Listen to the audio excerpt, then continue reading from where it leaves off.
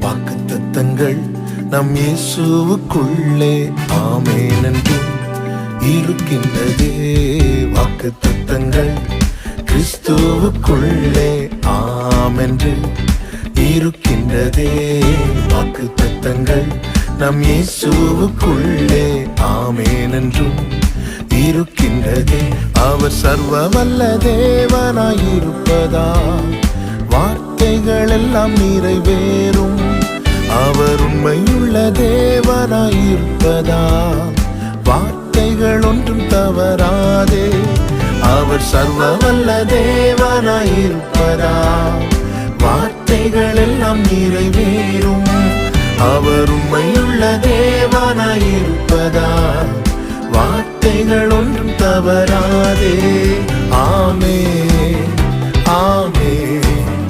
வாக்குத்தத்தங்கள் எல்லாம்